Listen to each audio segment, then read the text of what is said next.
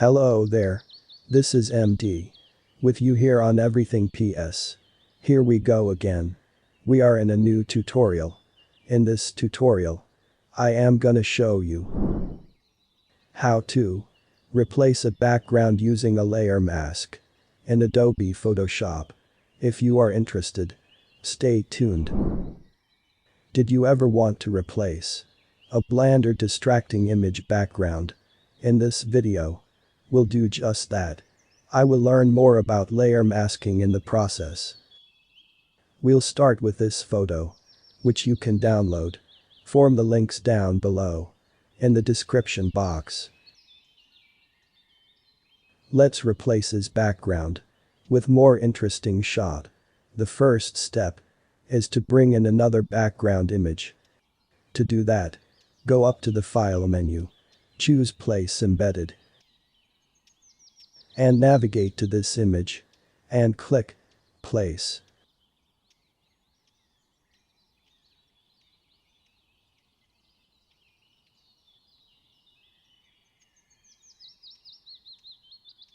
Go to the Options bar and click the check mark. Over in the Layers panel, there's a brand new layer with a new image.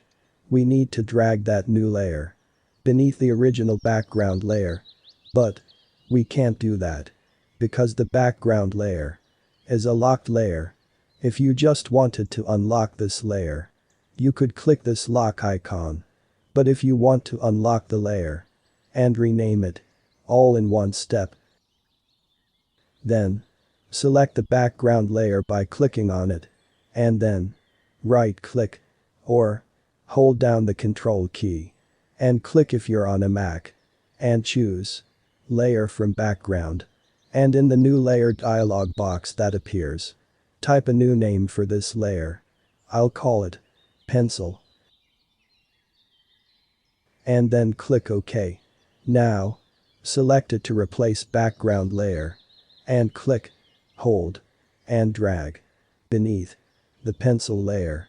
You can release your finger from the mouse or trackpad when you see a double line under the pencil layer. The next thing we're going to do is make a selection of the background, and at that point, you could delete it from the image completely, but that would be a permanent change and wouldn't leave you very much editing flexibility. To do it in a more flexible way, we're going to use a selection with a layer mask. To see what I mean, click on the pencil layer in the Layers panel, go over to the Tools panel and select the Quick Selection tool. But you could select either the foreground object or the background, so just click and drag over the background to select it. Before we apply a layer mask, we need to have the item that we want to show, not the item that we want to hide, selected. So we need to invert this selection. Go up to the Select menu and choose Inverse. Now, go to the Layers panel and click the Create New Layer Mask icon at the bottom of that panel. That was a real-time saver, because Photoshop not only created a layer mask, it also filled in the area that wasn't selected on that layer mask with black. And where a layer mask is black, it hides the content on the layer to which it's attached. The pencil layer, where layer mask is white, it shows the content on that layer. On this mask, the white is showing the pencil, and the black is hiding the pencil, so we can see down through to the new background layer below. If you're happy with that result, you're done. You've achieved your goal of replacing the background image. But here's a bonus option.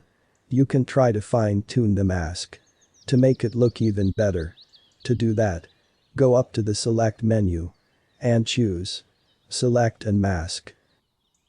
That opens the image with the mask applied here in the special Select and Mask workspace.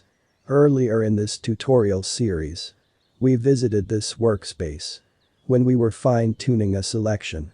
Now we're fine-tuning a mask, which is very similar First, let's click on the View menu and choose the way we'll view the image in this workspace. I'm going to choose On Layers, which will let us see exactly how the pencil will look against the new background layer. As we adjust the mask, I'll click on a blank area to close the View menu, and then I'll go to the Global Refinement section of this dialog box. Here there are sliders that often work well when you're trying to isolate a hard-edged image, like this pencil. Keep your eye on this white halo along the edge of the pencil that we want to remove. As I go to the Shift Edge slider and I move to the left, what I'm doing is contracting the mask so that is hiding that edge. You also can try dragging the Smooth slider to the right to smooth out the edge of that mask, and I might try dragging the Contrast slider to the right to make the edge along the pencil a little more contrasty or crisp. When you're done with the sliders, scroll down and make sure the output menu is set to Layer Mask.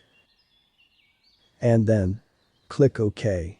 And that modifies the layer mask that we already had applied to the pencil layer. One last thing.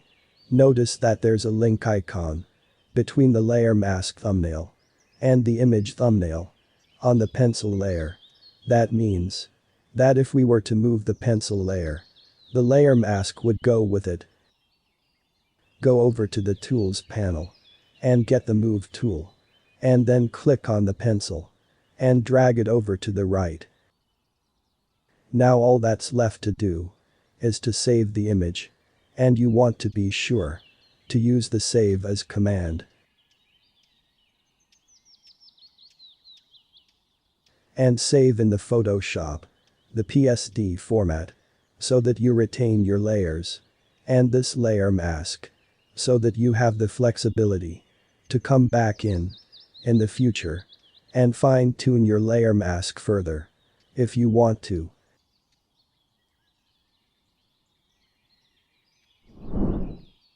Finally, we are done for today. Don't forget to subscribe, like, share, and leave your comment down below in the comments section. Also, if you are interested in Adobe After Effects, take a look at our second channel, Saskiano. See you next time. Bye.